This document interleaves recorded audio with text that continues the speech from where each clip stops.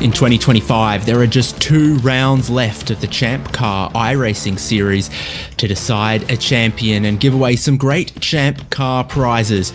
We're bringing this round 11 to you live on HJBC and ChampCar Live as the Toyota GR86 takes on Brands Hatch Circuit.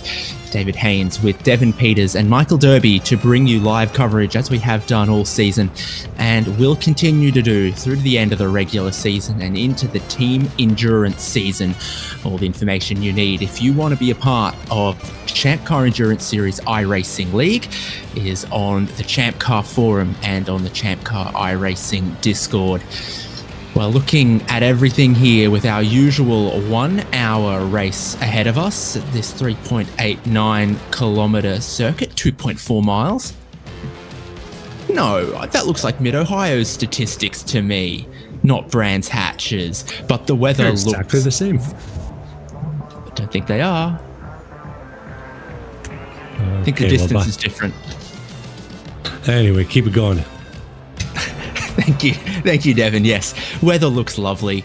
This is a car that's always generated incredibly close and exciting racing, the Toyota GR86. Very accessible as a road car, as a track day car, and also as a racing car as it is for round 11.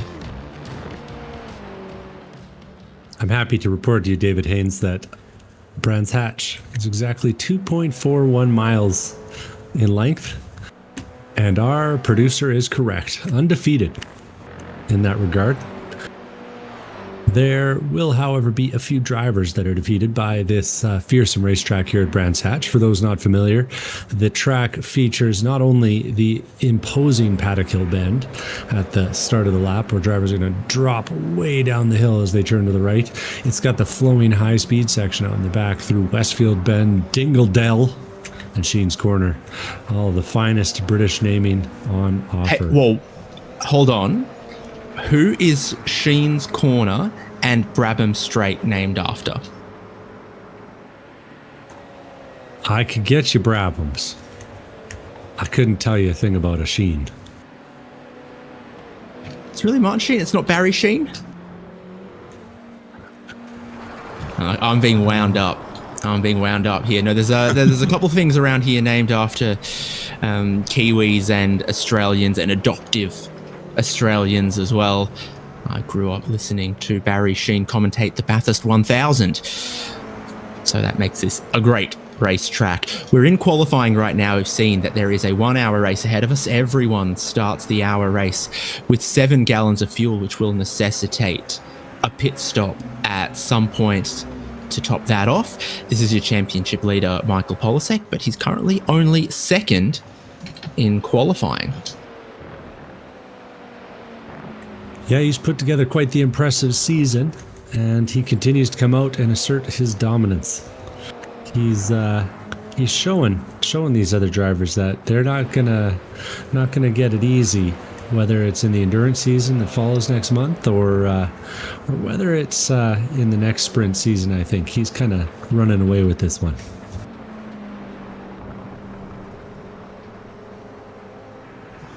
Got that top 5 at the moment completed by Ryan Puchtel, Jared Collins and Kyle Robertson.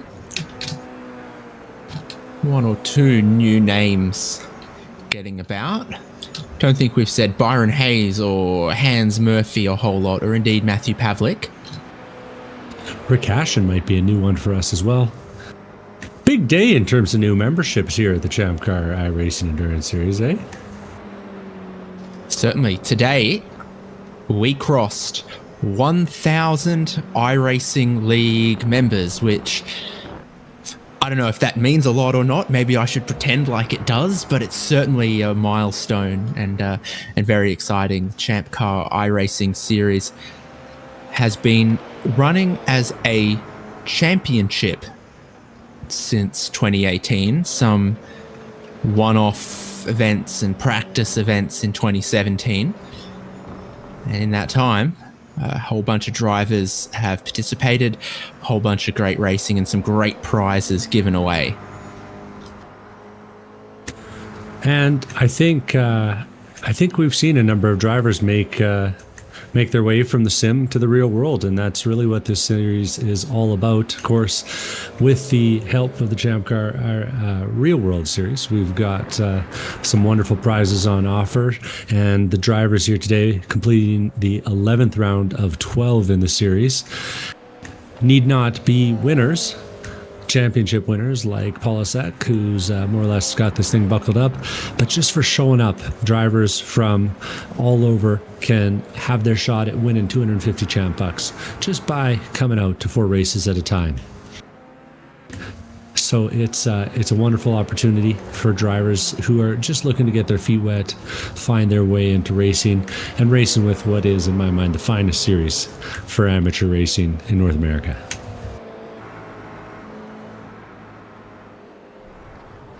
We're almost a wrap on qualifying. I reckon Tim Wyer's a wrap on qualifying. That was a bit wide, and you betcha he's done 13th position with 1,313 iRating to his name. It's all 13s for Wyer.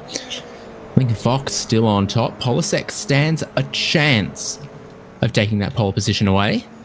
Next row still looking like it's going to be Ryan Puchtel and Jared Collins. We go on board with Michael Polisek.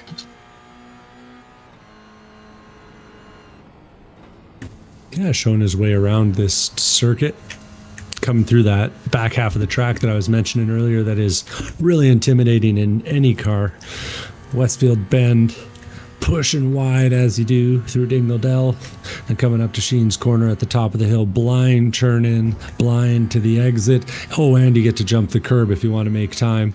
Coming down into Sterling's as he flicks it to the left, over the hill and clear ways over the grass too, and heading up towards Clark Curve. Oh, he's heading out of bounds, and then he was heading to the end of qualifying, having just taken the checkered flag as all of this group of drivers.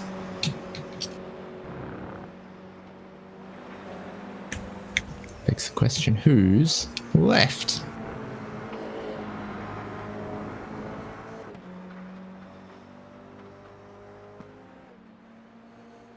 This could be Orlando Herald. Nope, he's also going to park it.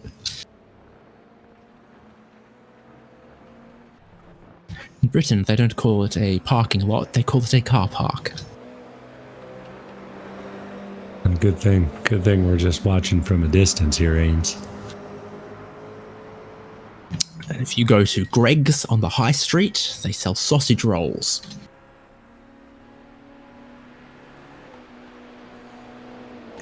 Is there anything else you'd like to tell us about sausage rolls, David Haynes?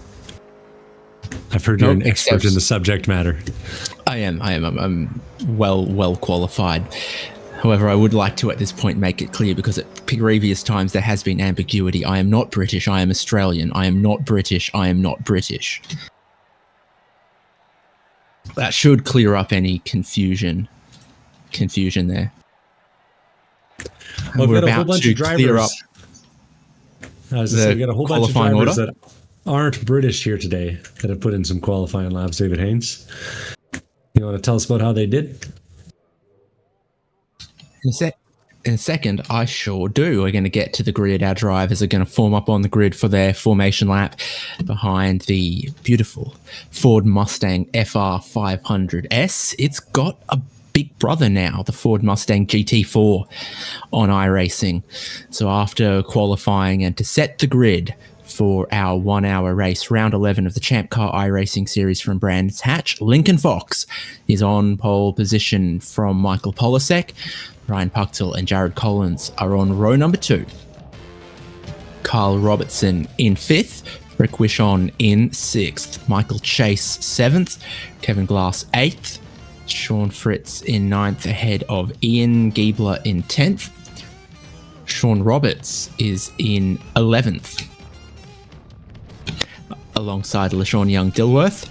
Tim Wyer in 13th, as we saw. Cameron Senhauser in 14th with Andrew Kosick, and then Cameron's brother Logan in 16th. Alex Harrison in 17th. Jared Collins' father, Kevin Collins, in 18th, so there's plenty of family connections in the race, and TJ Yankee 19th, Bowie Suin 20th. All Canadians here with Matt McGee and Brian Tidd 21st and 22nd. Then Matthew Pavlik, Orlando Herald, Ethan Halfhide, another Canadian, Steve Hermé and Cindy Pickett. Then Hans Murphy in 28th, Byron Hayes 29th, Christopher Reagan 30th. It's got those last two just a little bit confused because I think neither of them set qualifying times. So it can occasionally reshuffle them around as they go to the grid. Drivers who don't have qualifying times, for the purposes of a tiebreaker, it'll use iRating.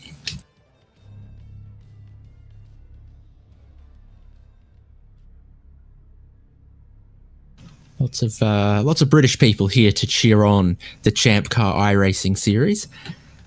On the hill, in the grandstand, at the restaurant, down at the pub, dropping in for a cheeky Nando's, whatever it is they do. The Ford Mustang pace car pulls away, and so too will our field of 30 Toyota GR86s.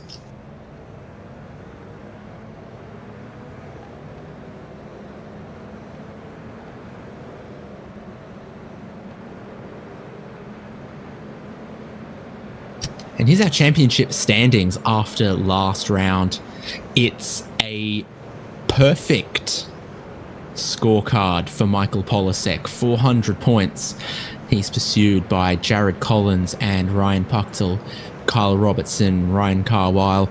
Really close in the rest of the field, and that's where we've seen a whole bunch of close racing. Ian Giebler, Bill Woods, Alex Harrison, Tim Wire, and Bowie Suin is currently our top 10. This is our schedule as it stands. It all began in March at Indianapolis Motor Speedway in the MX-5, BMW M2 at Daytona International Speedway, and then the first appearance of the Toyota GR86 was Alton Park. We're down at round 11 with Road America still to come. The BMW M2 Racing will round us out. And then there are 4 team endurance rounds. More information will be coming about them very, very shortly. We have the new Ford Mustang GT4. Daytona, VIR, Road America, and Sebring is an absolute star-studded all-headliners list for our team Enduro, where more prizes will be up for grabs.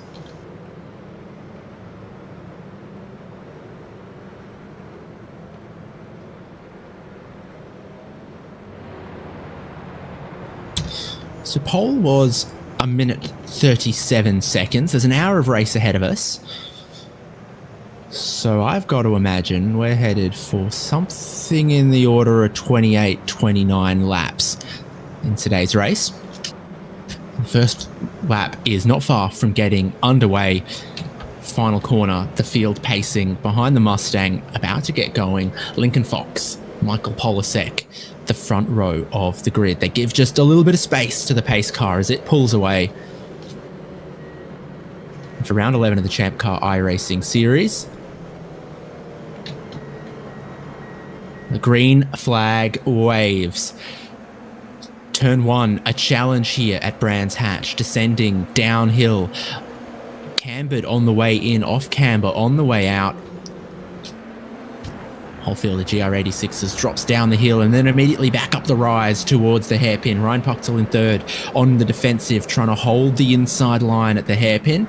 Lincoln Fox converting that pole position to the race lead, too wide for the field through the hairpin, back down the hill and into the infield through the fast left-hander. They filter out into line and everyone's facing the right way. It's a good race start here, David. It is. Kevin Glass has made a spot or two. LaShawn Young-Dilworth made a spot or two as well. Looks like this is Ian Giebler trying to have a run back. Sean Roberts just following along as well. Fast right-hander at the top of the hill at the end of the Grand Prix layout. That's Giebler trying to go over-under from the outside to the inside of the next sequence, side by side, descending downhill just a tiny bit wide from young Dilworth. Sean Roberts will try to follow through. Tim Wire will try to follow through as well, through Dingledell, which I will always enjoy saying. Truly one of the good corner names. Yeah, VIR take notes. How about some that are just fun to say? And just like that, one lap completed, 2.4 miles of this circuit. Lincoln Fox leads, but Michael Polasek is locked in pursuit. 1 second then to Ryan Pochtel. In the field comes single file through the top 9 or so positions. It's the battle for that 10th spot that was oh so hot and has cost a little bit of time through that part of the field. And we're starting to see those leaders pulling away. It's a track that requires a lot of precision, and they're getting too wide a little deeper in the pack. I got my eyes on Bowie Suin as he tries to make room around the outside of Matthew Pavlik. Just a couple of corners out here that are suitable for making a pass. Druids at the end of the downhill there is one of them. And as they're coming through Surtees here and up onto the Pilgrims Straight, they're going through another.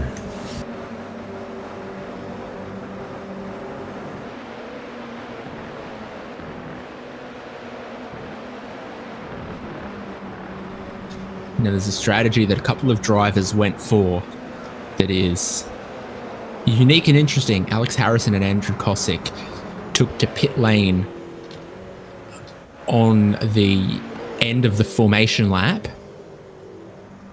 and presumably have fueled to get to the end. Christopher Reagan didn't take the start, so Alex Harrison and Andrew Kosick 28th and 29th right now, but 1 minute and 10 seconds behind the race leader. It's not a bad idea around here. This is a circuit that sort of privileges that British style of racing, where you really have to have a lot of extra pace in order to make the move easy, and a skilled driver can make it hard to get by. So if you're not super happy with your qualifying result, or if you're just thinking that clean air might do you a little bit of good, it can be a strategy that works.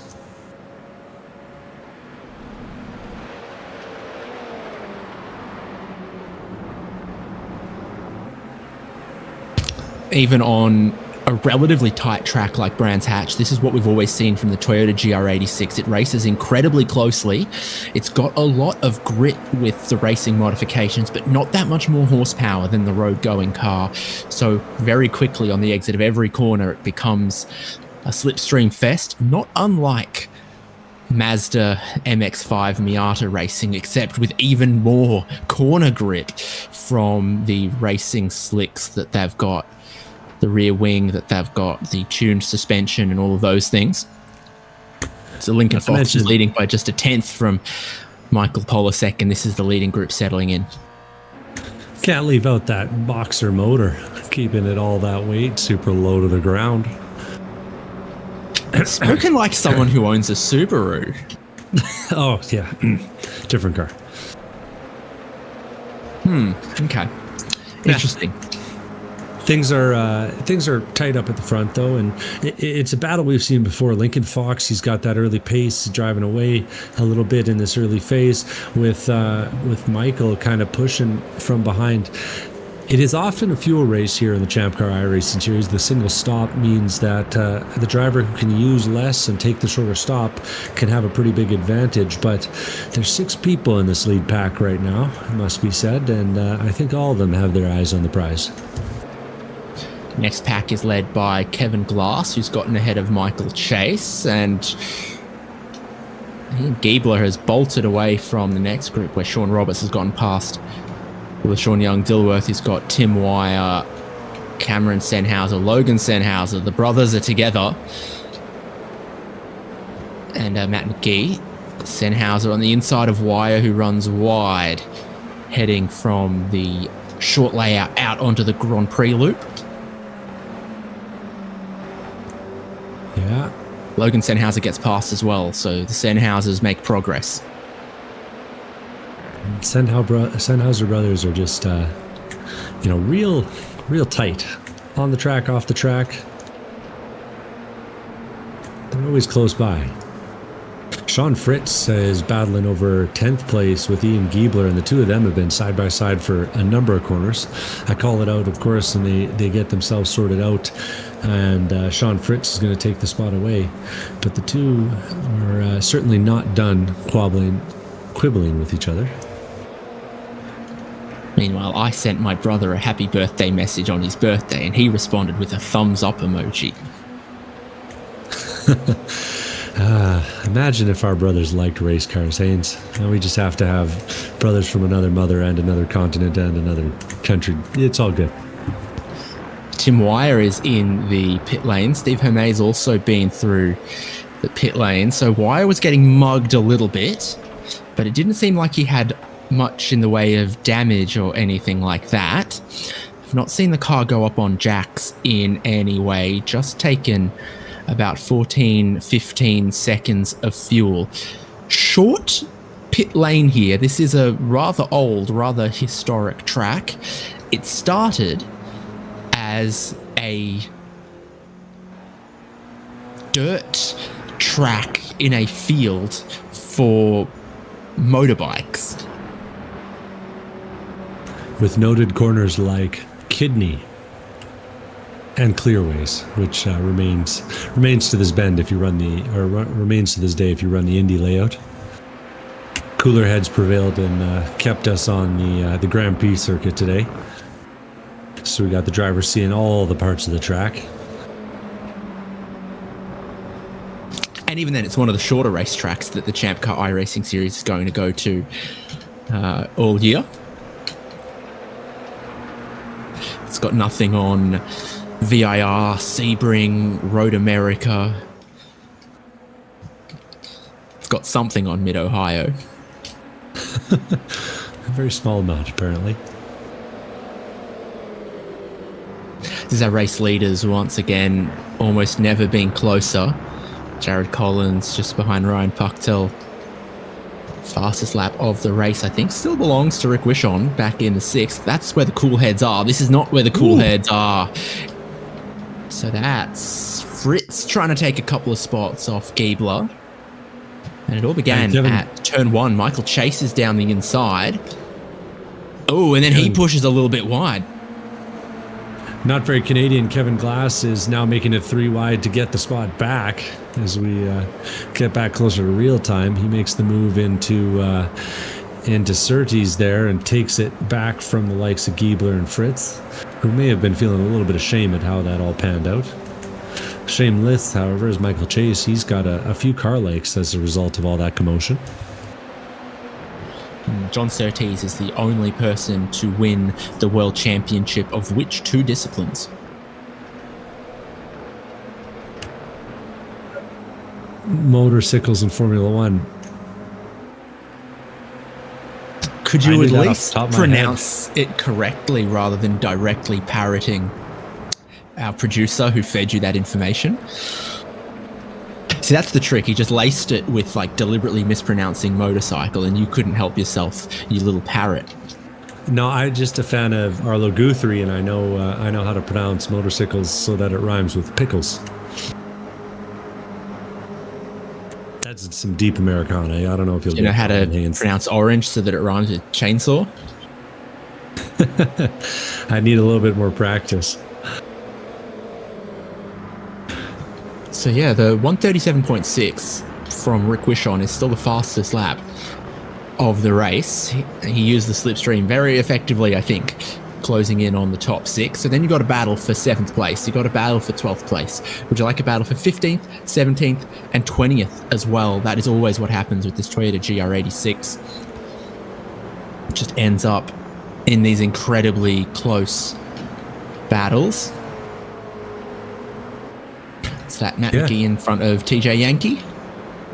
I was going to say, we're seeing all kinds of battles around the track. Oh, that's Matt McGee wide out of Surtees. In true fashion, he was only putting 2 tyres on the pavement. And it's given a good run to TJ Yankee, but then the straight ends just a little bit too early. Got to watch for that thing twisting away from you.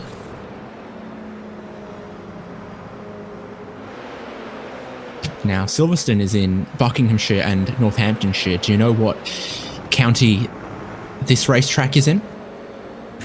It's in Kent. Correct. Word I have been very careful to pronounce correctly. I thought it was friendly when you said it down there, Haynes. Yes, but I know my audience. This is Michael Chase. Kevin Glass is side by side with Ian Giebler heading into turn one. Giebler just backs out a little bit. Glass runs a little bit wide, and that is airborne over the apex curb from Ian Giebler, trying to get a run to make a dive to the inside of the hairpin. No, he's covered off by Kevin Glass. Giebler remains behind Sean Roberts and Sean Fritz just behind him. Ooh, and it's close through there. Oh, Glass wide. Yeah, that's not where the track is. Fair to say the glass was half empty. In that instance, I would say so. Finds his way back though, and we're getting more of that sort of classic racing. These GR86s, they love to draft, and this track has kind of the optimal length of straights to allow a little bit of chaos to unfold at the end of each corner.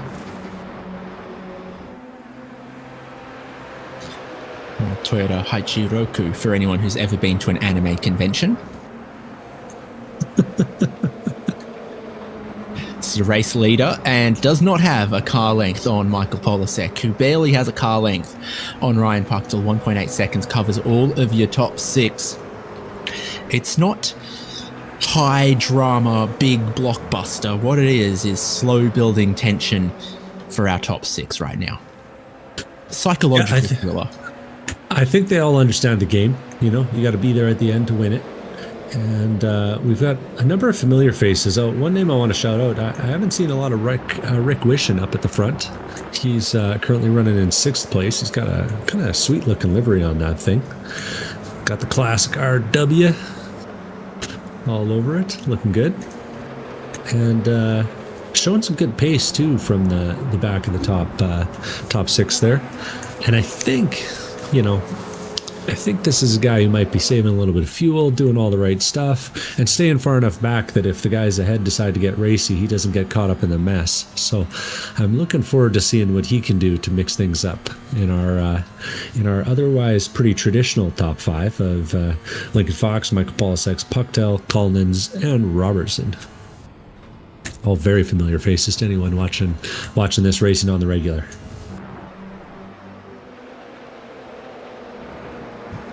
They do kind of look like they're stuck together there. This is a different type of racing. See, time has been lost by Michael Chase. He was out and ahead of this group in 7th place. No longer is he. Ian Giebler, Sean Roberts, Kevin Glass have gotten through, and Sean Fritz also almost fancies a little bit of it. Did you see the legitimate racing folks have got themselves a new car? No, Haynes. What do they got? They've got the Mustang. It's a Ford Mustang in white with black spots and a mustache. Genius. Oh, beautiful. It's a beautiful thing.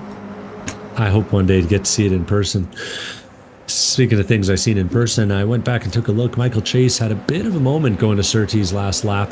As he turned in, the rear end just kind of went away from him.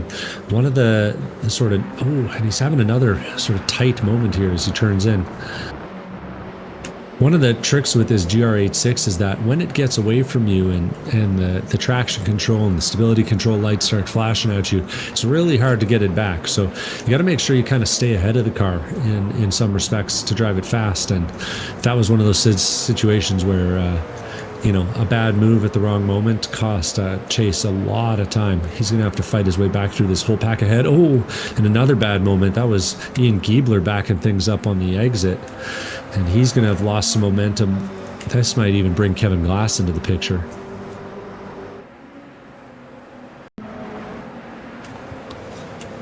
We'll see. You see Sean Roberts turning in here. Ian Giebler. And Sean Roberts actually has to lift and tap the brakes on the exit to avoid making contact. So anything that was gained from Michael Chase is quickly disappearing. I've just looked across the social media from Legitimate Racing, and they've been posting links to other iRacing series they're competing in, but not ChampCar. So I guess this is a call out of some sorts right now. I bet you they'll be there for the Endurance Series next month. They can drive a Mustang probably. And to some success, as they did. Yeah, they'll get to drive beautiful, beautiful raceways like Daytona and VIR and Road America and Sebring with all their friends. It must feel so good to moo when you're a cow. Sean Roberts leads Ian Giebler, Kevin Clark. It wasn't funny until I tried to play it off. Oh dear. Oh dear. It's closed up in that next pack though, because we had, LaShawn Young-Dilworth leading, Cameron Sennhauser and Logan Sennhauser, but then all of the battling Michael Chase and Sean Roberts. It's brought this whole group back together. So 7th through to 14th, it's more cars in a train than it was previous. Yeah, battle from 8th all the way through to 15th, and looks like LaShawn was able to find his way past the Sennhauser brothers. A bit like me and my brother, in the sense that they might not work very well together. We'll have to see if they're able to figure that out and make their way through this pack up ahead.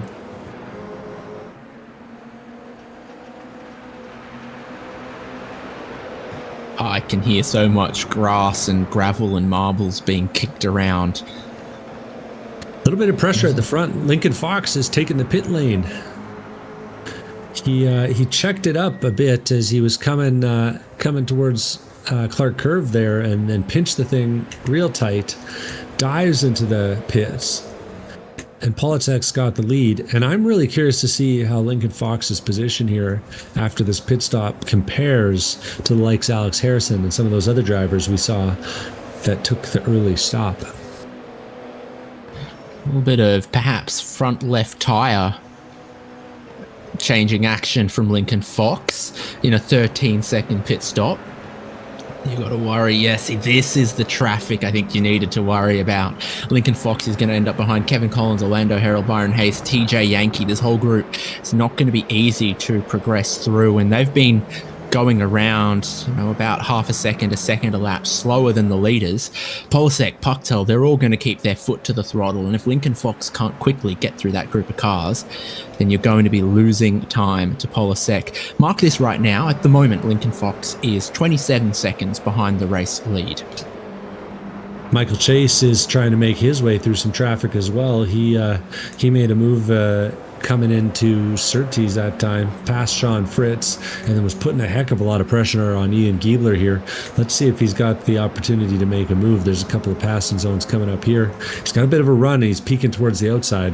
And that is the body language of a driver who really wants to get by. He gets it all crossed up going through Sheens and loses some momentum. He's so close to the guys ahead.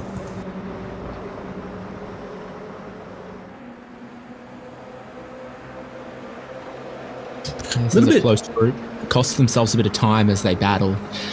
139s for everyone in this group last lap, whereas Michael Polasek did a 137.5. It's a little bit interesting.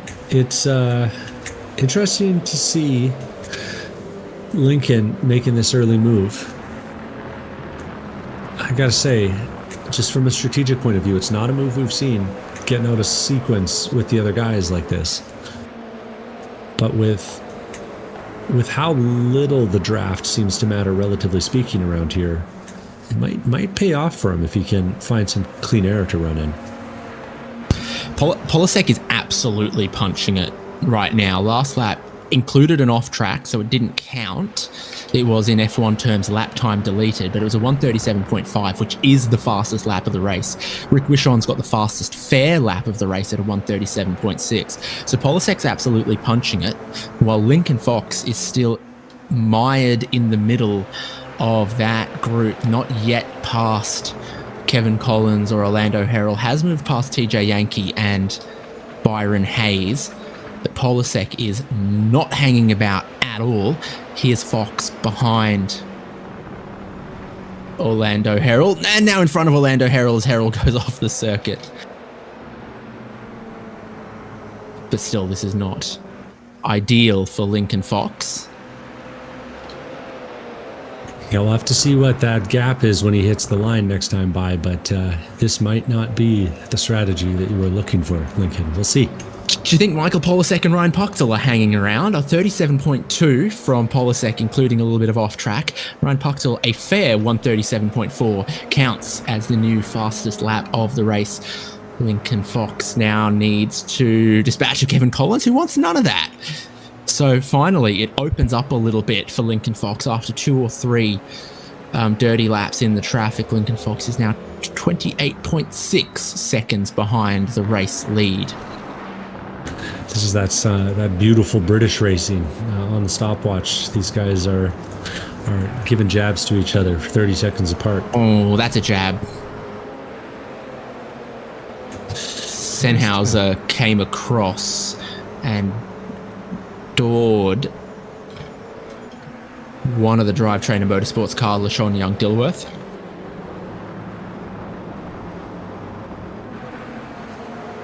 A bit of an apology there from Logan over the radio too, so I think it wasn't everything that he was hoping for. And yeah, that's going to be a costly one. Luckily, the repairs are free in the sim.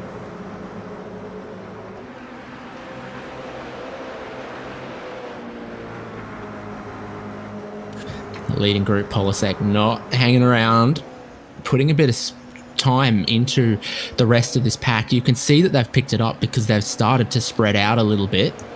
And 37.335. And a new fastest lap of the race for Ryan Puchtel. Lincoln Fox has a clean lap for the first time since the pit stop this lap. Maybe one to watch, though, for what kind of a lap time Fox pulls out with clean air now. Drum roll.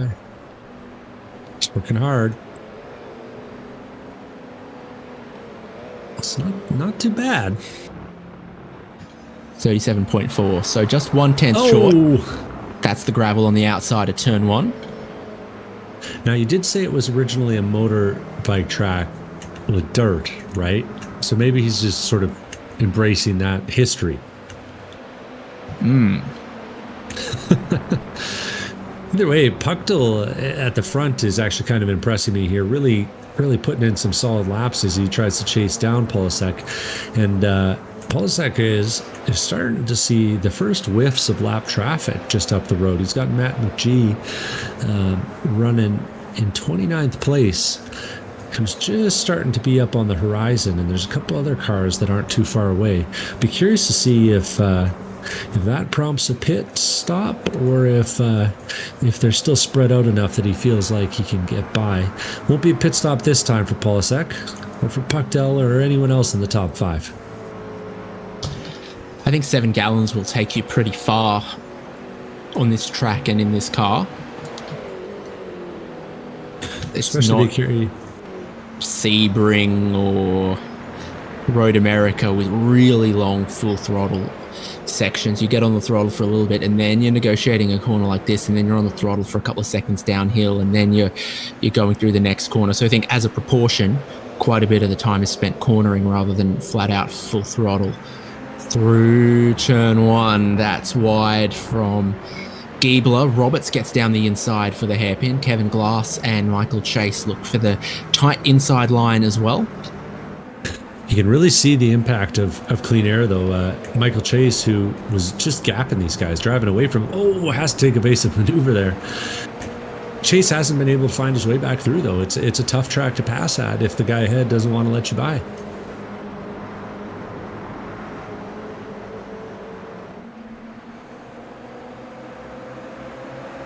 Polasek has a 1 second race lead now, so he's almost broken the toe and almost broken away. Ryan Puchtel still in second with Jared Collins just behind him. Tiny bit of lap traffic beginning to come up, though, for your race leader, Michael Polasek. Looks like it's going to be Matt McGee, who had a very long stop. Yeah, Polasek might be benefiting a little bit from the draft here, too. which could come the other way once he has to make the overtake. Top 5 remains together, more or less. Rick Wishon and Kyle Robertson are starting to drop off. It might be a top 3, as we talked about it here.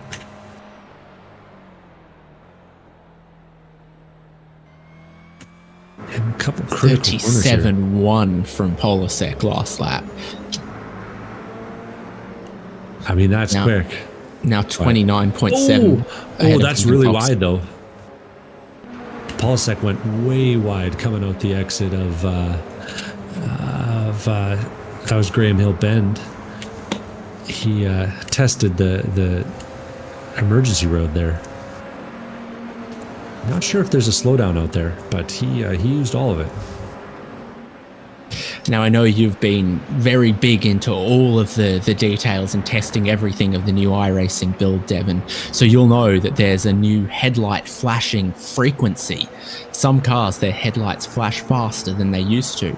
But I've just seen from Michael Polasek that the Toyota GR86 isn't one of them. It still blinks like a tired cat rather than the party strobe that the GT3 and GT4 cars are now equipped with. Yeah, for those of you who aren't as current on the latest iRacing features as me, I'll have you know that iRacing has seen an enormous update to its in-game UI. It's much prettier. It is at least as functional as it was before, and it is somewhat more organized. Well, it was slightly less functional than before until they re-added the broadcast split UI mode that they took away. But that's back, so it's back to as functional as it was before. Yeah, all of us broadcasters are just so grateful for that. Having a look down the inside on Andy Kosick, who goes a lap down. Michael Chase heads to pit lane. What's Chase going to do? That car is going to get probably one tyre change. There's no centre lock wheels on this Toyota GR86. It takes a little while to change each tyre, all 5 knots. So I think he's probably just getting maybe a front left tyre. Seems to be the way to do it. Yeah, you'd be forgiven for thinking the 30-gallon tank means that this is not some sort of sprint car. It is designed seemingly for very, very long races. Maybe one day we'll have a GR86 problem in the ChampCar series in the real world. Well, it's designed for whatever parts Toyota could get their hands on in the middle of a supply chain crisis in 2021. Oh, you've got 30-gallon fuel cells in stock and you've got 50 of them, we'll take them. I think is how half of this race car has been engineered. Speaking of engineering, we got Jared Collins pitting from 3rd place. Engineer yourself a nice refreshing jug of Kool-Aid. Oof. He had such a fast entry there that he broke through the wall and had to back up into his pit box. That'll cost him a little bit. Where he is relative to Lincoln Fox is going to be pretty important. Fox has already gone by long stop for Collins, not just with the overshoot on the entry. Yeah, there might be a little bit more to that story. Fox is moving though. 6 seconds longer in the box, 8 seconds longer in the lane for Jared Collins compared to Lincoln Fox. Yeah, and Fox is doing well considering the amount of traffic, but the pace of Polasek at the front and Pucktel and Robertson too actually might be a problem for Fox, especially because Fox is now staring down the barrel of that battle pack we've been watching that includes the likes of Kevin Glass, Ian Giebler, Sean Roberts, Sean Fritz, and the Sennhauser boys, as well as Byron Haynes, some lap traffic. So Fox is suddenly looking at having to pass 8 or 10 cars in order to continue his progress, unless they start jumping out of the way into the pits for him.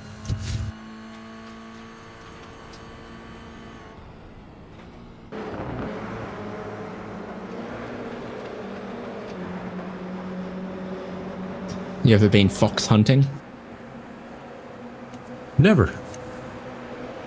Neither. I don't own a Range Rover, and I didn't go to private school. But I think that's how it works here in the UK. But Fox is hunting.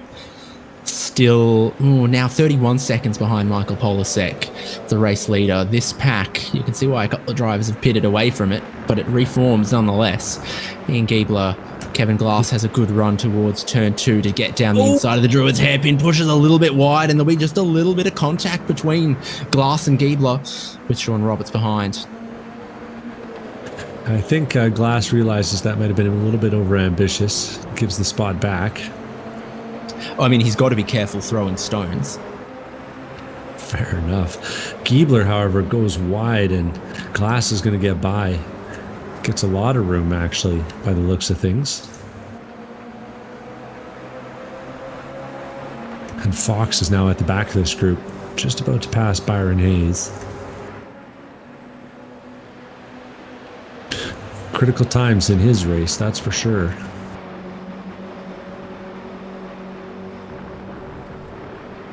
Another lap goes by, and our lead pack carries on past that pit entry with just not a whiff of interest in it. Well, if Polasek's got clean air, it's working very well for him. He's been consistently in the low minute 37s, just lap record pace, has pulled, in virtual terms, a couple of tenths every lap on Lincoln Fox. Now Lincoln Fox has caught an immense amount of traffic. It's not looking like the early stop's going great for Lincoln Fox until more of these drivers pit out of his way. A couple of them will, Kevin Glass and Ian Giebler.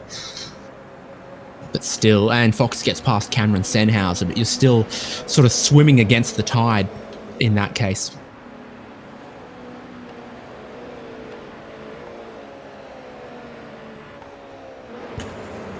The back half of our lead pack is meanwhile been left behind. Polasek's got, what is that, a 5 second gap, 3 second gap to Ryan Pucktel, and another 5 seconds back to Robertson and Wishen, who were right up there for the first third of the race. Robertson and Wishen having a bit of a battle of their own. Showing it on screen here, we got the DTM, Drive Trader Motorsports looking car Robertson, and Rick Wishen in the other green car, we'll call it. Yeah, the CDRW. Don't know what the difference is between a CDR plus RW, CDR dash RW. They're heading for pit lane.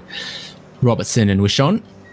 72 kilometers an hour, which is a number of miles an hour, probably 45-ish. New fastest lap of the race for Michael Polasek as he finally sets a clean one, but that's the pace he's been doing all of the last 5 to 10 laps. Robertson going to get one new tyre. Wishon will not. Where these guys are relative to Lincoln Fox will be pretty important. So if they can get a 13-second stop, it might be close. There goes Fox right about now.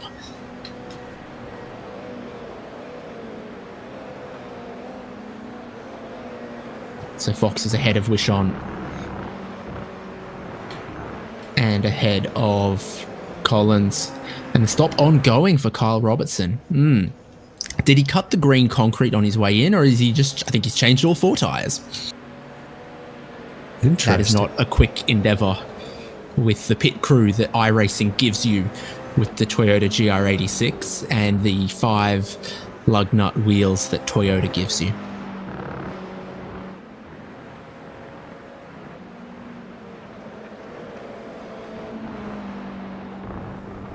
Logan Sennhauser also with a very long stop that's gone past 40 seconds. Michael Polasek has carried on for the time being. A couple of other cars in the lane getting their service there. I think it's Pavlik behind him. Michael Polasek is in. Yeah, here comes the race leader with 24 minutes to go. Ryan Pucktel in as well. Just left with Sean Roberts, TJ Yankee, and Orlando Harrell, who haven't stopped yet, although we might see them shortly. Big overshoot from Polasek. It'll be costly. That's going to cost the 3 or 4 seconds that I think are absolutely critical to Michael Polasek. And now he's away. Fox is on the front straight. But Polasek will have this. Puchtel gets a little bit closer because of that mistake from Polasek. So Puchtel still remains ahead of Lincoln Fox, but Sean Roberts is going to be behind. Jared Collins is going to be behind. Lincoln Fox will be in third position, 2 seconds behind Ryan Puchtel. He'll be 2 seconds behind Michael Polasek, who leads this race.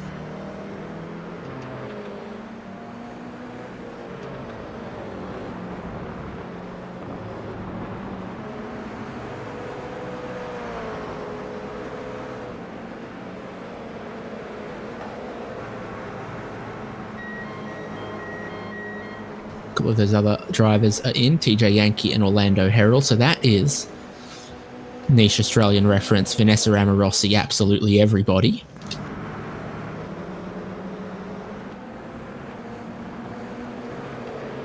And the battle is back on. Kyle Robertson, who was part of the lead group but had a long stop, is now back with that next group ahead of Kevin Glass, Ian Giebler and Sean Roberts.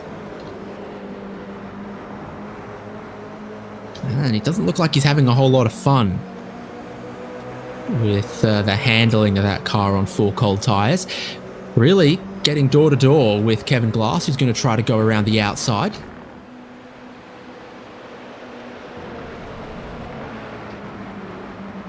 Oh boy. Little tag there from Giebler. And he's pushed got wide Sean across Roberts Giebler's nose. Yeah, and then Sean Roberts comes through. Ooh. Yeah, that was exciting.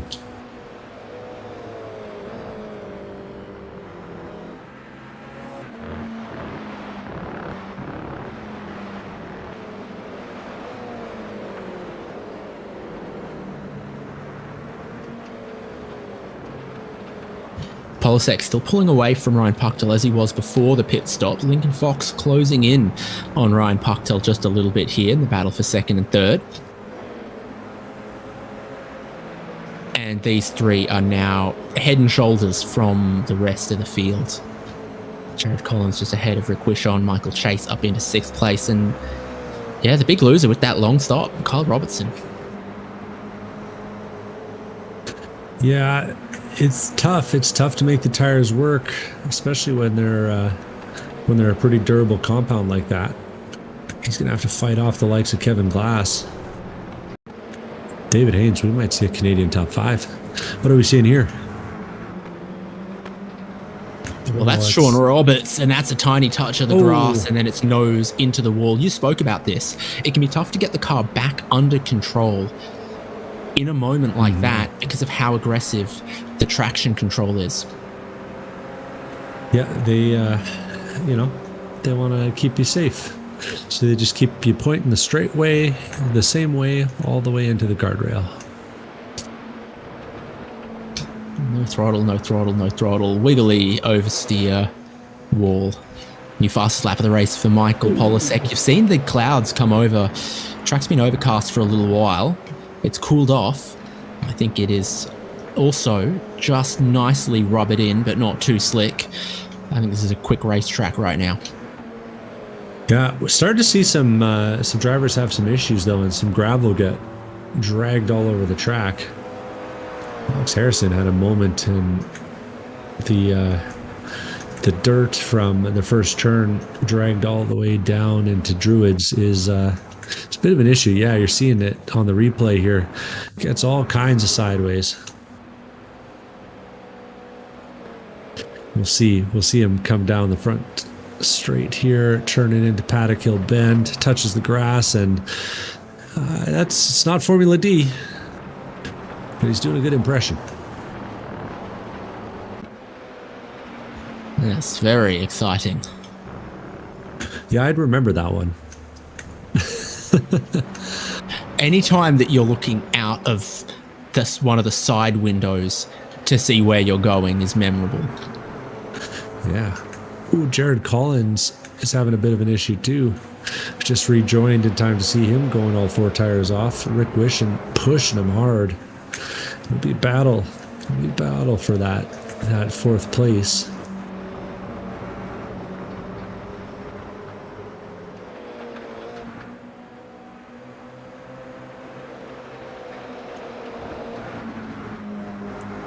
Though Rick has just assured Gerrans that he will not push him. So we'll see about that. 20 minutes left. We'll see. We'll see if that holds up till the end.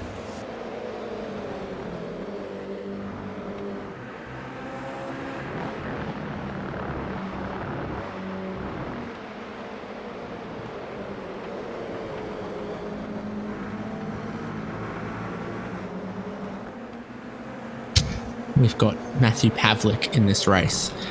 Not to be confused with who I've just been looking up the stats for, Matthew Pavlich, who, Australian footballer. How many games did he play? Lots, as captain of Fremantle, 6-time medalist. Ooh, exciting. It's funny hearing sports from other places because they don't sound real. Fremantle? What's a Fremantle? Oh, if you knew anything about boats, you'd know. That's even more perplexing, David. There ain't water around here for thousands of kilometers. It makes it difficult to be a pirate in Saskatchewan then, I'd imagine. Well, I'd have you know about the famous story of the last Saskatchewan pirate, and I'll leave it at that and let the folks look it up themselves.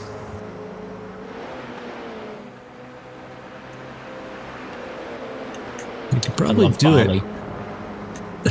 They could probably do it in the time it will take for our top 5 to come past. There's about 17 seconds separating the top 5 now. And one note worth making is that you might think it's Michael Polisic, Ryan Puckdell, Linehead Fox, followed immediately by Jared Collins. But Alex Harrison has made that strategy seemingly work. Is he running in 4th place, or is my time and screen just doing all sorts of lies, Haynes? He's running in 22nd position, a minute and 51 behind the lead. Okay.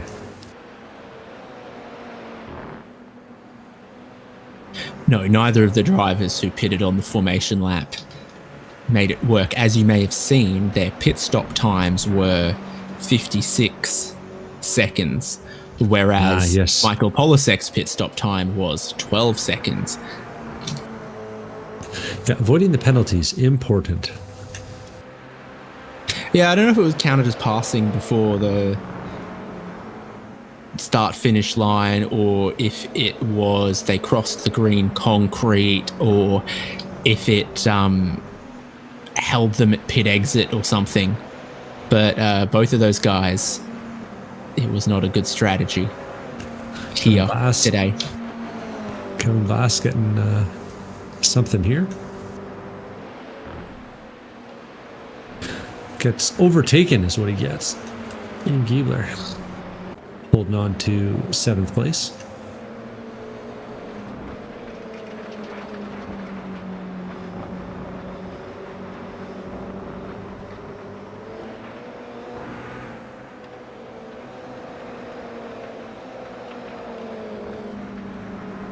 Our battles in the top 5 have calmed down for the most part. It's Jared Collins and Rick Wishin who are left to put on a show. Ian Giebler and Kevin Glass also battling over 9th and 10th still, but those are kind of the 2 places. Otherwise, things are starting to spread out.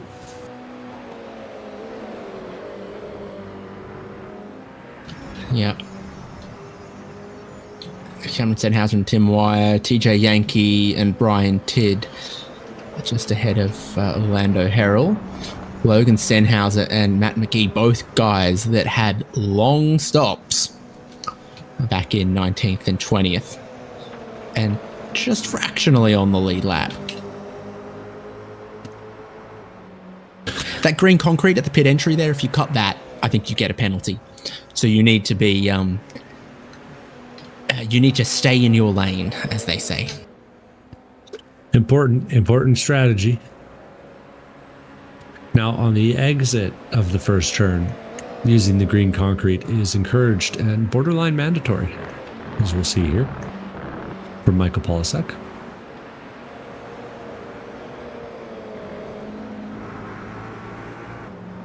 Polasek is shown a pretty impressive turn of pace. 37.6 last time by. He ran, what was it, like a 37.3 in qualifying. So really not a lot of drop off in these tires, all things considered. Maybe a little lighter on fuel than he was at the start of the race, but putting in good laps consistently.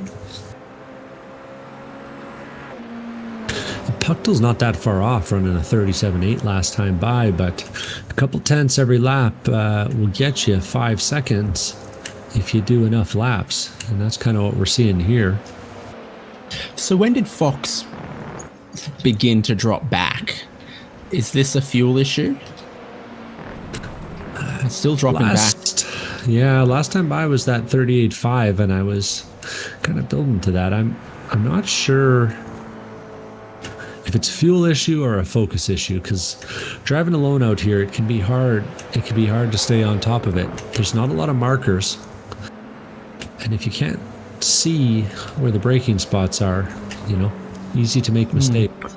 The pace went from consistent minute 37s to a minute 39, a minute 38, a minute 38. We're about to see what this one is from Fox, but I suspect it's going to be a high minute 38. Again, might have stopped early, got the fuel calculation wrong, and it's a minute 38.2, so a low 38, but still. Oh, done. You're out of here. Yeah, that'll do it. And turned in, and the car just swings left. Default position for the wheel when it disconnects is straight to the left. So that might be it for Mr. Polasek there. Sorry, Mr. Fox there. And you can't say that without saying fantastic, Mr. Fox, or at least I can't. Now, there is some implications here, though, Haynes, because I think that means that we'll have Wishon bumped up to 4th, Chase bumped up to 5th. Oh, boy. Oh no, what's happened to Kevin Glass? He's fallen all the way back to 9th. No, he's not getting on the podium off of that one. Got Ian Giebler just behind, not catching Kyle Robertson. Robertson has... Okay, hello. Ethan Halflight having a moment there. I think Kevin Glass's problem is he's mapped his headlight flasher to his wipers. Why was he using his wipers just then when he should have been using his headlight flashers? Kyle Robertson with those new tyres has begun to pull away, and of course had top 6 pace at one point. Giebler and Fritz have closed in behind. I do think we need to give a shout out to the combination serious business decal on the underside of Kevin Glass's wing, paired with the Team Bear Pope message on his license plate. It's really good, really underrated. Do you think there's a chance he's from Chicago? Oh, and a Bears fan. I thought that's what Bear Pope meant. It was like, hey, we've got a Pope who's a Bears fan. Well, if he's a Bears fan, then he's probably deep in depression right now. I can say as a fellow Bears fan that it is a bad time. But either way, he's putting together a pretty good race here, representing the North pretty well. All I know is that when you're in Wrigleyville and the Cubs win, everyone else in the bar is happy, and that makes me happy. Fair enough. Makes sense. Better than being in a bar and suddenly finding everyone around you's angry. That sounds rough. Mr. Polasek crossing the start-finish line again. He's got about 6 laps to go, and we might see about 6 more laps of battling from the likes of Glass, Giebler, and Fritz at this rate, because the rest of the top 10 is pretty spread out. Polasek leading, Pucktel second, Collins third, Wishon, Chase, Robertson, all spread out.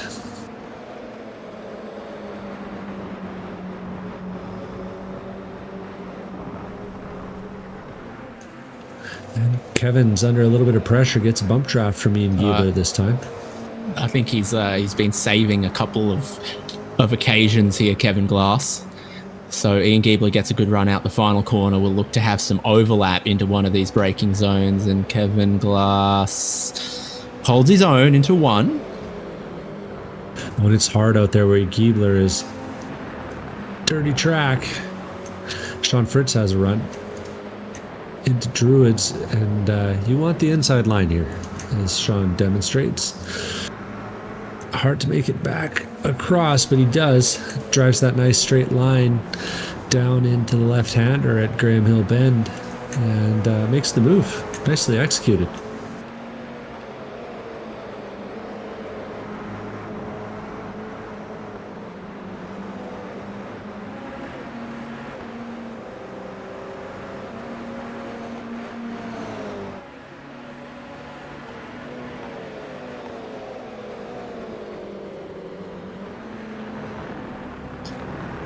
Do not go to bearpope.com.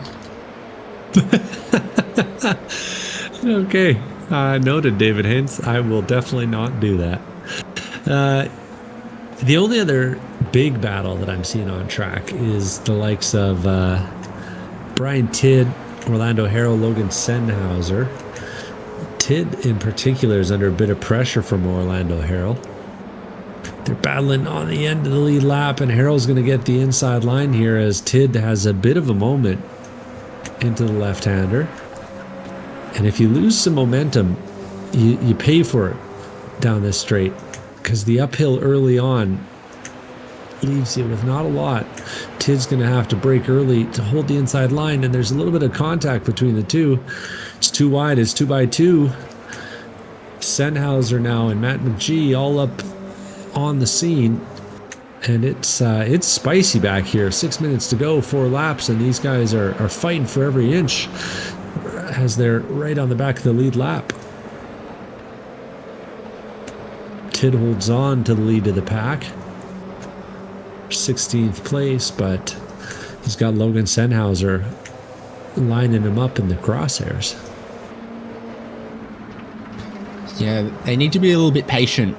If Sennhauser and McGee have got as much of a pace advantage as it looks like they've caught up a 40-second deficit, and they'll be able to get by in good time. McGee looks to the inside of one, gets in a little bit hot, but then comes across to look to park it in front of Orlando Harrell. And then at the top of the hill, battling. Yeah, Sennhauser trying to shape up Brian Tidd. The both of them to caught TJ Yankee just a tiny bit so far this lap. I think Yankee might have thrown up some of the gravel in turn one. Now Brian Tidd defensive. Logan Sennhauser the outside, the inside, the outside again, and Tidd has outbraked himself for the left-hander. A good exit coming from Logan Sennhauser, and this is one of the longest straights on the track. Surely you can get it done. An even better run from Matt McGee behind him. Sennhauser's trying the inside, the outside, the inside on every single corner, it seems like. Oh, and he gets a little bit wide. Matt McGee gets it all sliding and has Orlando Harrell come flying up the inside just behind for the position. And he's going to have Michael Polasek coming through all of it. The leader's flashing his headlights pretty lethargically, it must be said, as he overtakes this battle for 18th and 19th place. Tidd almost shoved Logan Sennhauser wide on the way into the left-hander as well. A bit of feeling going on there. Tidd's been driving defensively, and that's getting close to blocking Brian. With Logan Sennhauser with a pace advantage just behind. It's Michael Polasek who decides how many laps this race is going to go. And with 4 minutes left, crossing the start-finish line, that's 3 more for Michael Polasek. But will it be 3 more or 4 more for the guys in front? Probably 3 more. Sure seems like it. Polasek's closing in on this battle, and I'm sure he's got the eyes wide open right now, but he's going to have to with how hard these folks have been fighting. Logan's looking for the inside line touch, and Tidd goes around, and Sennhauser's got the spot, and Polasek's going to make it through unscathed. That's the plan for him. He's got 8 seconds to Ryan Pucktel in second place. Jared Collins now up in third. While we've looked away, Kyle Robertson and Michael Chase have suddenly made another battle in the top 10. We got those two squabbling over 5th place, 4th and 5th place. Sorry, 5th and 6th place. Kyle Robertson with those accidental 4 tyres should have plenty of grip in the back part of this race. The sun's come back out. The track temperature has risen just subtly to make it a scorching British day of 69 Fahrenheit. Nice. And it'll be those two battling, and Kevin Glass, Sean Fritz, and Ian Giebler fighting over 7th, 8th, and 9th. That might be the show we get to the end here. 2 to go at the line.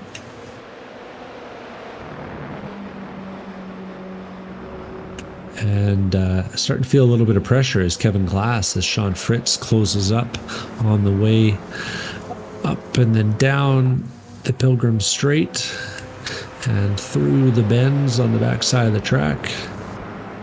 Dingledell and Sheens down towards Sterling's, and Sean Fritz is right there. Sometimes you get the run at the wrong time. He'll have the run at the right time as they head towards Clark's curve, and all 3 of them are nose to tail with 2 to go. Yep, it's about to be 2 to go. No white flag displayed to them just yet, even though there's only a minute and a tiny bit of change on the clock. Rear bumper is 3/4 of the way to hanging off here for Brian Tidd. That's dragging on the road. Here comes Kosick. But there's no third lane for Andy Kosick as Pathlick battles side by side with Brian Tidd. Kosick and Hayes close in. Tidd is wide and in the gravel and in the marbles and off the track. Sean Fritz has taken the spot for 7th place as Kevin Glass gets shuffled back. Ian Giebler's going to take a spot too by the looks of things, unless Kevin Glass can pull some sort of heroics here. He tries, but it's going to be Ian Giebler making the move up the inside too. And now it's Sean Fritz 7th, Ian Giebler 8th, and Kevin Glass 9th. So not if he has anything to say about it. The side draft is strong, and he's trying to hold the inside line here. Well, Michael Polisek starts the final lap of the race with a serene 8-second lead, but things are everything but throughout the rest of the field. Brian Tidd's around, Kevin Glass battling with Ian Giebler, Michael Chase and Kyle Robertson for a top 5, and the bumper has finally shed off the back of Brian Tidd here. Yeah, I think he was half spinning himself before he got touched. Yeah. And either way, it caused a lot of excitement. Kevin Glass in the excitement was able to get a run and take 7th place back. So after getting passed into 1, he's got 7th place back again. Here's Kyle Robertson to try to get back into the top 5, and they're going to see the white flag. Michael Polisek, Ryan Pucktel, Jared Collins, and Rick Wishon have already taken it for one more 2.4 mile lap. Other battles here. There's Kevin Glass, Sean Fritz, and Ian Giebler side by side. Fritz on the inside of turn 1 is where I'd want to be, and he makes best use of it. Ian Giebler 9th. Top 10 on this final lap, completed by Cameron Sennhauser for the moment. Kyle Robertson is monstering Michael Chase. He's going to give him nothing for free, but that's a defensive line from Michael Chase. Kyle Robertson will get a better run out, try to get his nose to the inside, and there is just space given by Michael Chase down the inside. Kyle Robertson is going to need a good exit here, but he has a wobble, and they touch, and they're going to get spun around. It is Michael Polisek is out of the final corner to see the checkered flag. A champion of champions. He takes another race win in the ChampCar iRacing series with 1 round left to go. He extends his championship lead. David, it's happening. We got Pucktel crossing the line in 2nd. We got Collins crossing the line in 3rd. Rick Wishon and then Kevin Glass running in 5th place. David Haynes, it's going to happen. We're going to have a Canadian in the top 5. Kevin Glass is holding on. Sean Fritz and Ian Giebler are battling.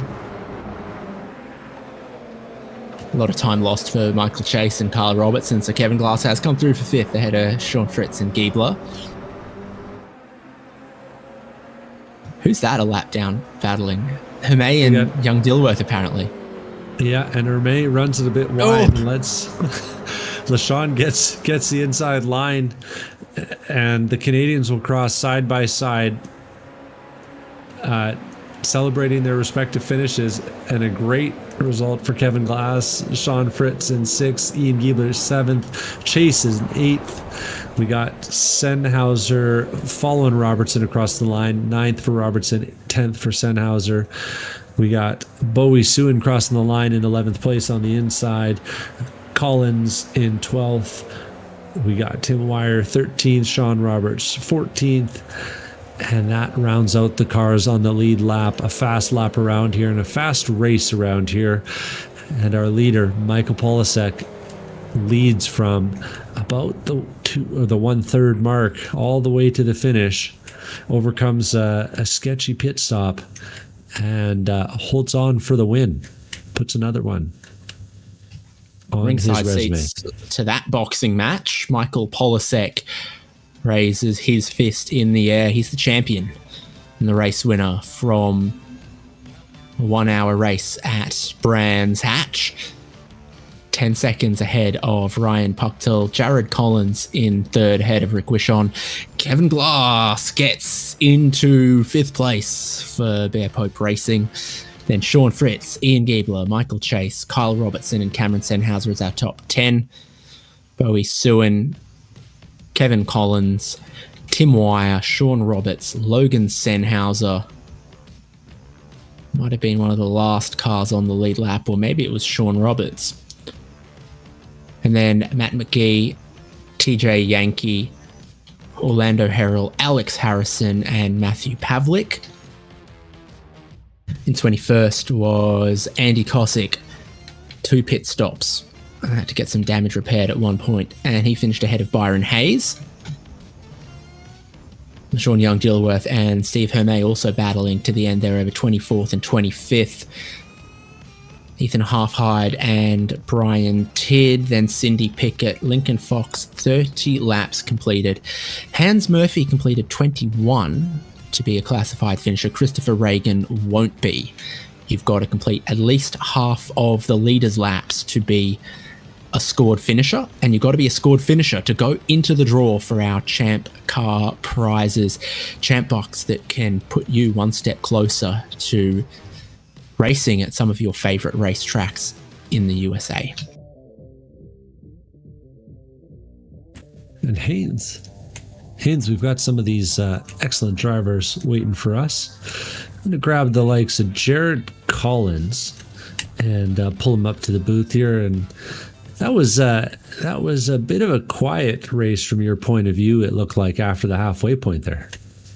Yeah, I was just talking in the waiting room, and I definitely blew my pit stop. I thought I could possibly undercut, with traffic coming up, and I slid through my pits and then lost much time, and then I accidentally underfueled too, so I was half a lap short on gas. So I just kind of made a mess of my pit stop, and then was kind of on an island at that point, just hoping that I could make it and nurse it to the end. Quality race though, with a good result for you. It looked like it might be a challenge there for Polasek in the early go, but once Lincoln pulled off, it seemed like he had just another gear on the field.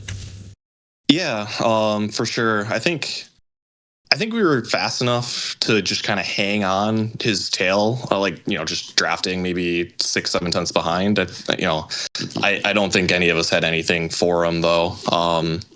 Lincoln probably did. I was kind of curious what happened to Lincoln, because he definitely had a lot of pace in qualifying and practice and leading the field. So yeah, Polsek, kind of class of the field all season, and this was just another example of it. Well, it was good to have you out, and a good show. Any races coming up for you this season, or are you about wrapped up? I think we're wrapped up this year. Yeah, we've been working on building our car, and I don't think we're going to be able to make it to the track this year. But hopefully that means next season we'll be able to go and kick things off early. And with any luck, we'll draw your name next week, or see you win a race in the Endurance Series coming up. I hope so. Thank you very much. Cheers. Thanks for coming out. Later. whole podium standing by to talk to us. Great to hear from Jared Collins, who came home in third. In second place was Ryan Puchtel. There was actually a bit of a points battle going back and forth between Puchtel and Collins, and you nailed that second place today, Ryan. Yeah, it was kind of more one of the more uneventful races in the second stint. There's not much battling going on, too much. But yeah, still a good race. Did all seem very polite for your top six in the first half of the race as well, even if it was very, very close.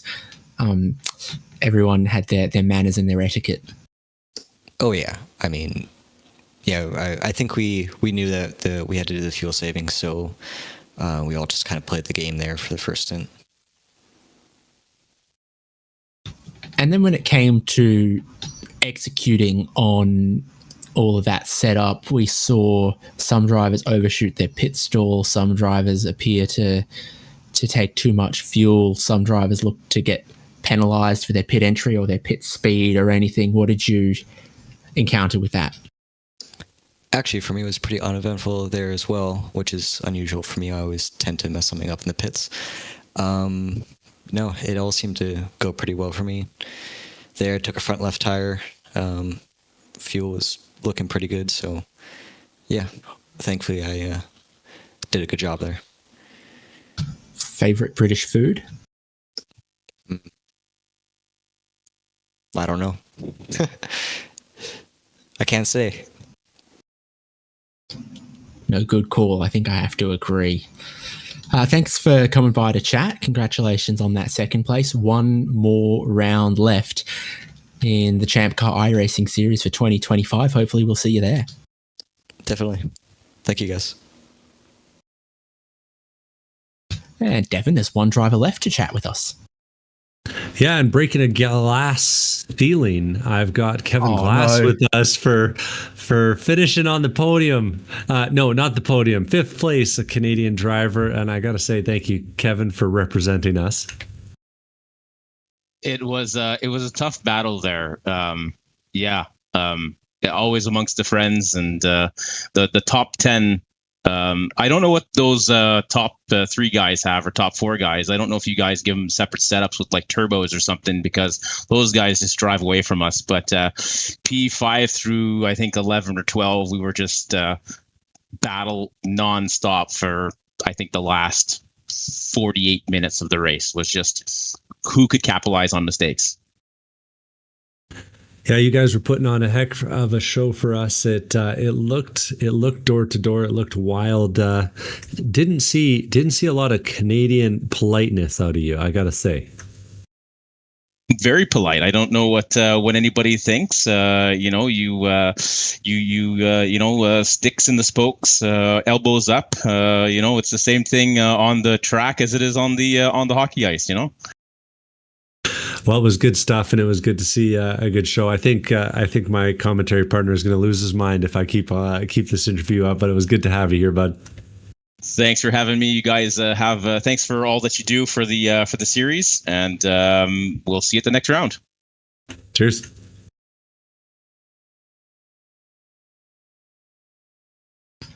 Oh man, okay. Well, Michael Polasek, the race winner, is going to join us. Classic GR86 race. Patient and polite the first half, and then just laying down the laps after the pit stop. Yep, you said it best. It's pretty much all about positioning yourself for the second half of the race. So I was just saving fuel behind Lincoln Fox, and once I got the lead, I knew I had to push and put down really solid lap times in order to try and gap Ryan and Jared. Both of them were really fast. Fortunately, I was able to get them out of draft range. And after the pit stop, I did miss my pit box, but fortunately, I exited out of draft range. So it was just a matter of keeping up the pressure and keeping up the lap times. And it was just a matter of trying to stay ahead of them and not let them re-enter draft. It says 12 incident points. Did you get one a lap consistently just so that you wouldn't set the fastest lap of the race? The track limits here are pretty sketchy. They were all unintentional, but yeah, I was getting a lot of them once Lincoln Fox pitted just to try and put down good laps. Yeah, when you're pushing, you're pushing. In the end, you did end up with the fastest lap of the race. We saw the sun come and go. Did it seem to change the grip much at all? Not really. The track temp seemed to stay pretty constant, and the track grip levels were okay. And as long as you just didn't overdrive and burn the tires off the car, it really wasn't too bad.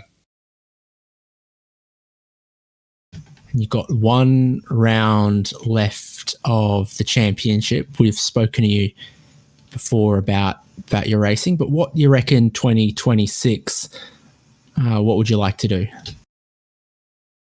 In terms of real life stuff or yeah. iRacing? In terms of real life stuff, I'd definitely like to do more ChampCar and pretty much any other racing I can get my hands on. I'm not sure what I'm going to be doing for the remainder of 2025, but 2026, I'd love to do as many ChampCar races and other endurance races as I can. I always love to do these ChampCar races. They're so much fun. And all the people surrounding it are great. All the drivers I've raced with on track have been very clean and respectful. So I would love to get back into it again. Is there a bucket list track a little further afield than Thompson? I'm not 100% sure. I did Sebring. I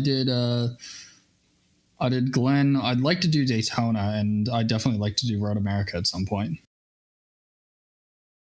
Well, congratulations on your race win today. Great to chat, and it puts you placed absolutely perfectly for this year's championship. Thank you very much. There we go. Our top three, our podium, and some stray Canadian that Devin Peters found. That's been ChampCar iRacing Series from Brands Hatch.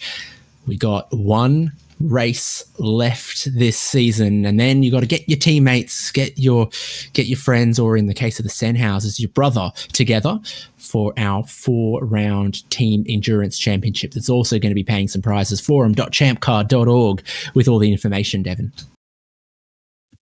Yeah, and it's going to be a great show. I can't wait to see those GT4s lapping around the track. A little bit of a different flavor than what we do, but a lot of great prizes on offer. 2,000 champ bucks going to our season champion, and then we're going to next round draw another one of our random draw prizes, 250 champ bucks there in the team endurance championship. Each race win is worth $200 to put towards getting your car or getting a seat in a real world endurance race in the ChampCar Endurance Series. And as you've hopefully seen today, some very exciting racing to be had amongst the community as well. So we'll see you next time, October 15th at Road America for round 12, the final round of the ChampCar iRacing Series, and to crown a champion for 2025. David Haynes with Devin Peters and Michael Derby bringing you live coverage on HJBC and ChampCar Live of the ChampCar iRacing Series. What a delight it's been from Brands Hatch. But we'll see you at America's National Park of Speed next time out.